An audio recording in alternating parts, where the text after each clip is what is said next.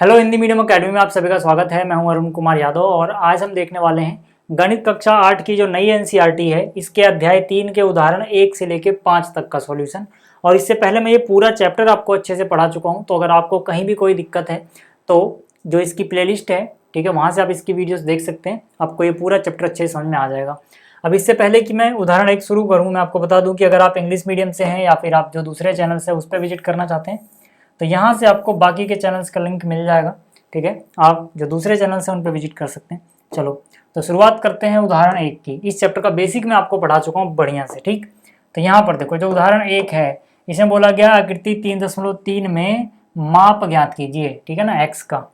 तो यार देखो ये रही आकृति 3.3। इसमें हम क्या बोलेंगे कि भाई यहाँ पे अगर मैं x प्लस 90 प्लस 50 प्लस 110 करूँ, यानी कि x में क्या जोड़ दूँ मैं 90 डिग्री, प्लस में क्या जोड़ दूँ 50 डिग्री, प्लस में क्या जोड़ दूँ 110 डिग्री, तो मुझे मिलेगा 360 डिग्री। ठीक है, इसका रीजन यहाँ पे आप चाहो तो लिख सकते हो, किसी भी बहुभुज के बाह्य कोणों का योग 360 डिग्री होता है।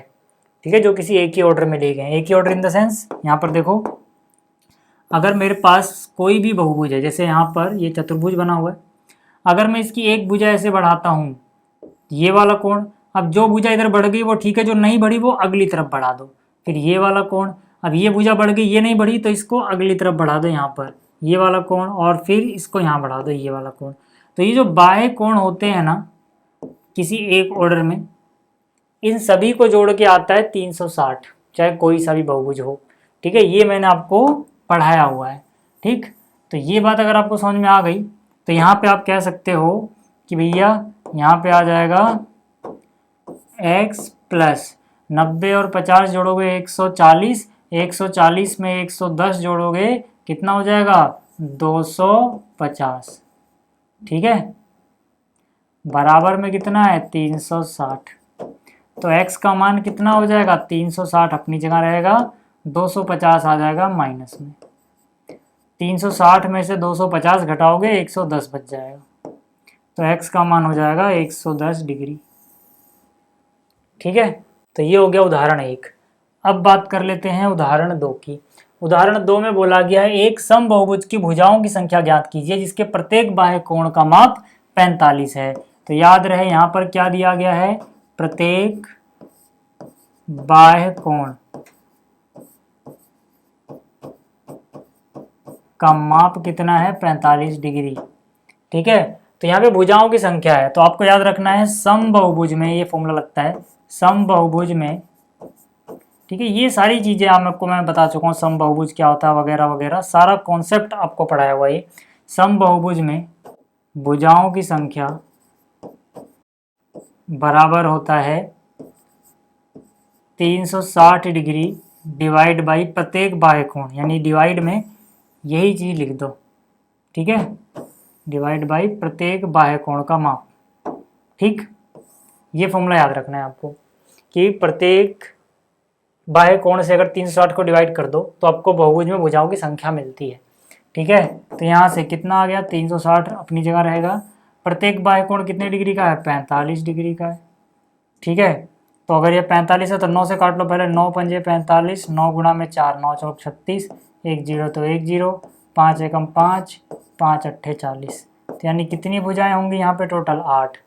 ठीक है, तो याद रखना ये फॉर्मूला कि भुजाओं की संख्या बराबर 360 बटे में प्रत्येक बाह्य कोण।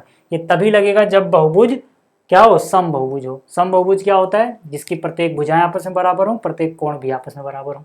ठीक है, तो अब देखो जो तीसरा इसमें बोला गया समांतर चतुर्भुज है PQRS, इसका परिमाप ज्ञात कीजिए। ठीक है, तो एक तरीका तो ये है, चाहे आप ऐसे कर लो कि ये 12 है, समांतर में समूह भुजाएं बराबर होती हैं तो ये भी 12 हो जाएगा। ये 7 है तो इसकी सम्मुख वाली भुजा भी 7 हो जाएगी।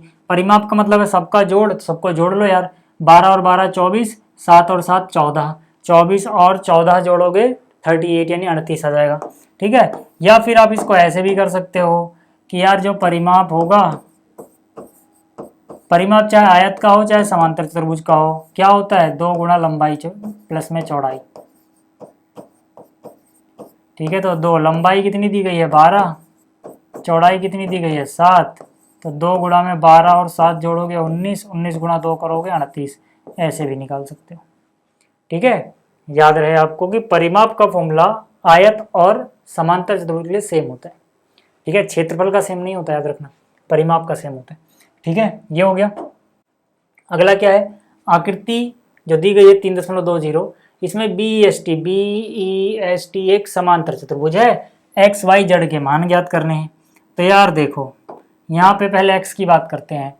देखो यहाँ पर जो कोण बी है, कोण एस है, बराबर होंगे, यानी जो कोण एस है ये किसके बराबर होगा, कोण बी के। क्यों, ये समांतर चतुर्भुज के सम्मुख कोण है, समांतर चतुर्भुज के सम्मुख कोण जो होते हैं वो बराबर होते हैं, ये मैंने आपको बताया हुआ है, ठीक है।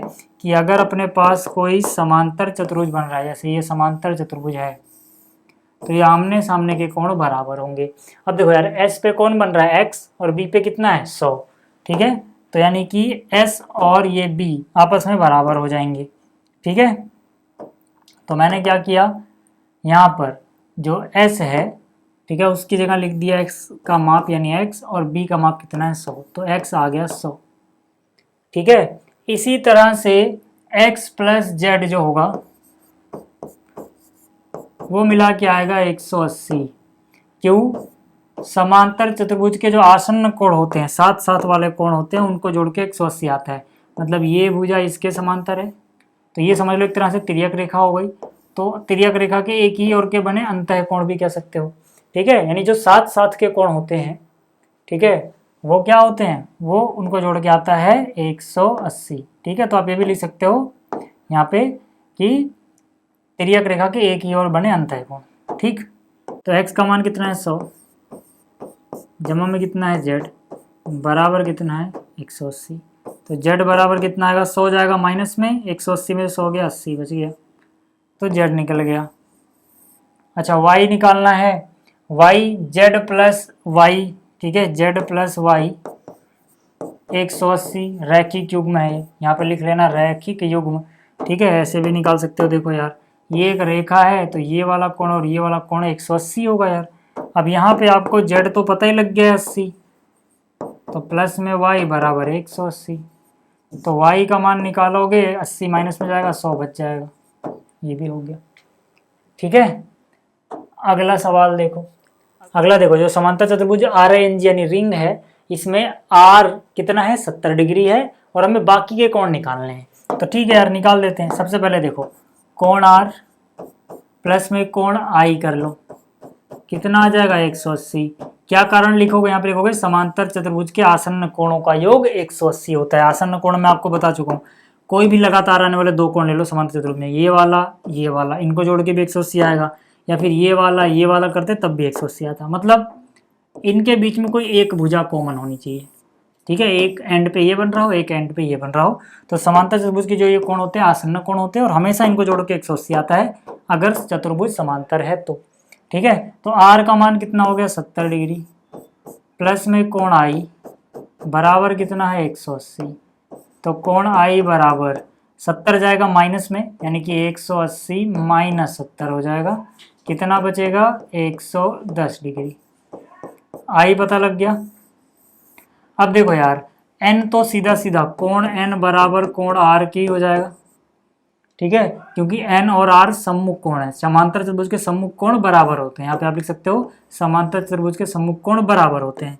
तो n हमें नहीं पता है, लेकिन r पता है, r कितना है 70, तो r की जगह 70 लिखो, n बराबर भी 70 आ गया। इस तरह से g बराबर I क्या हो जाएगा, कोण g बराबर कोण I, वही रीजन है समांतर चतुर्भुज के सम्मुख कोण। अब कोण I हमें पता है 110, तो g की जगह g आएगा, और I की जगह कितना आ जाएगा 110 डिग्री।